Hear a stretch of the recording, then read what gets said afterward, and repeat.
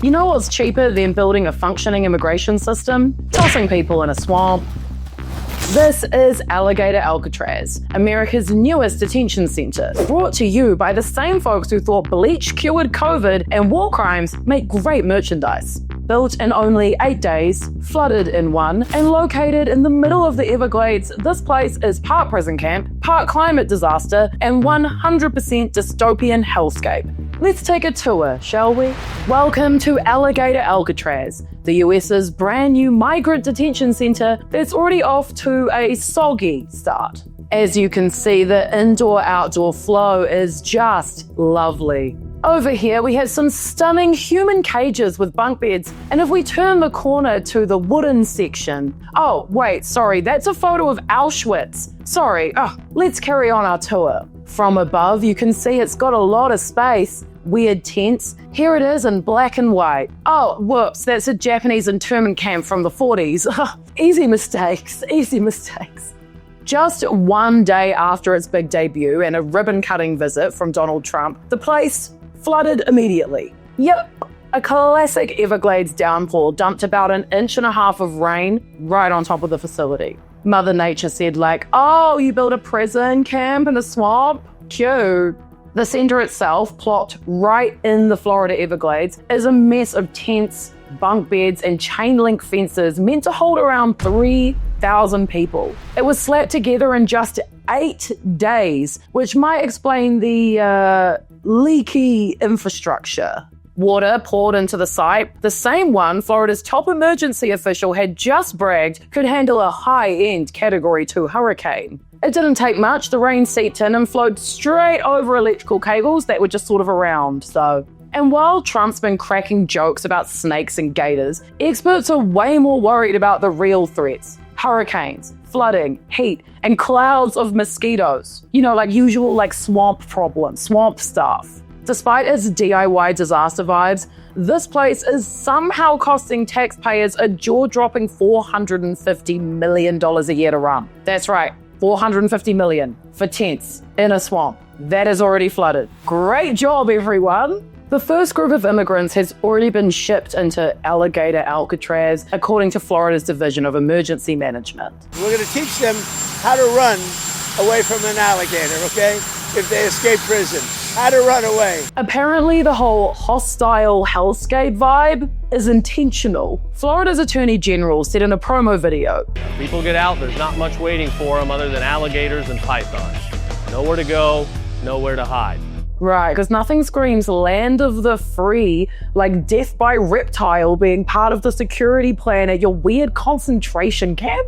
The hell? It's crazy how these people who are so stupid suddenly get really creative when it comes to evil schemes. What if we surround the immigrants with alligators? Everybody's so creative.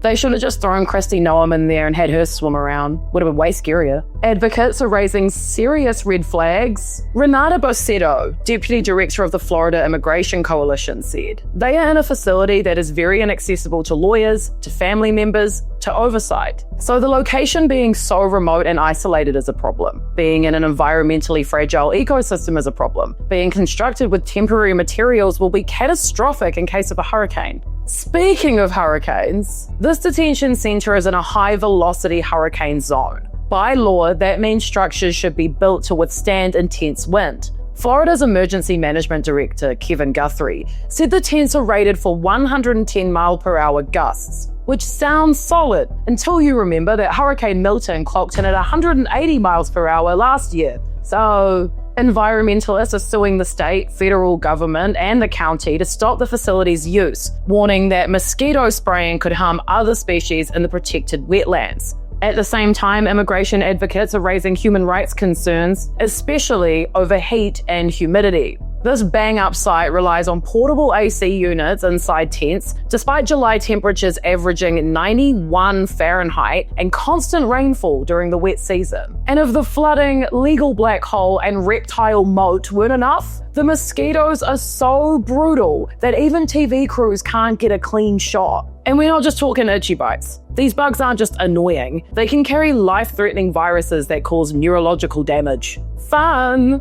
Florida Representative Anna Escamani summed it up. The second you open your door, your car is infested with mosquitoes. She even wore a full mosquito net and she still walked away with like a dozen bites. Escamani was one of 5 Democratic lawmakers who tried to visit the site last Thursday, only to be turned away, which is a big problem. Considering elected officials are supposed to have open access to inspect conditions, Senator Chevron Jones on X said, Florida law gives legislators the authority to make unannounced visits to state-run facilities, to inspect conditions and check on the well-being of people inside. I've served in the legislature for 13 years, and this has never happened. So to recap, a remote detention camp in a hurricane zone, already flooding, crawling with disease-carrying mosquitoes, and now sealed off from public oversight. Or what could possibly go wrong? To any normal person with any semblance of critical thinking skills, this is an atrocity. But to MAGA Republicans, they're selling frickin' merch. There's merch for the prison camps. Ugh. Over on social media, the Department of Homeland Security decided to really lean into the chaos, posting an AI-generated image of giant alligators wearing ice hats posing in front of barbed wire in a concrete fortress. Seriously, they're making weird AI ugly art about the atrocities they're currently committing. How are we going to explain this image to our grandkids? Kristi Noem, famous for wearing somebody else's skin and killing their dog that time, had a lovely afternoon touring her torture chamber and added this weird line about putting people on a plane. We could put them on a plane that day and take them home. We'll buy their plane ticket, go home, and then they get the chance to come back legally. Since getting back into office in January, Trump has been on an immigration warpath.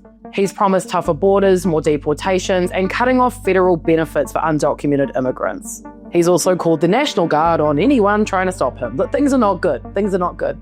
One of the biggest promises is kicking out up to 11 million people. That's a logistical nightmare. That's an entire country's worth of people, which is why detention centers like Alligator Alcatraz are now deemed necessary by MAGA, because you got to put these undesirables somewhere. So yeah, we got prison camps in the Everglades, merch drops for human suffering, and AI-generated propaganda with alligators and ice hats, and a government so proud of its cruelty that it's posting it online like it's a vacation photo dump.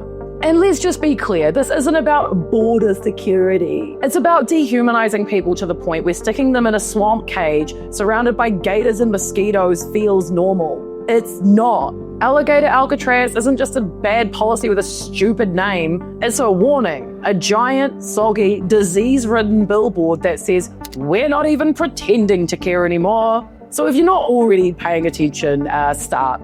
Because this is not the end of the story. Oh no, this is a test run. If you like this video or just kind of like having a front seat to watching America burn, check out a video I did the other day about Trump's big, beautiful bill. Spoiler alert, it's ugly. It's not beautiful, it's an ugly, evil bill. Bye. Say bye.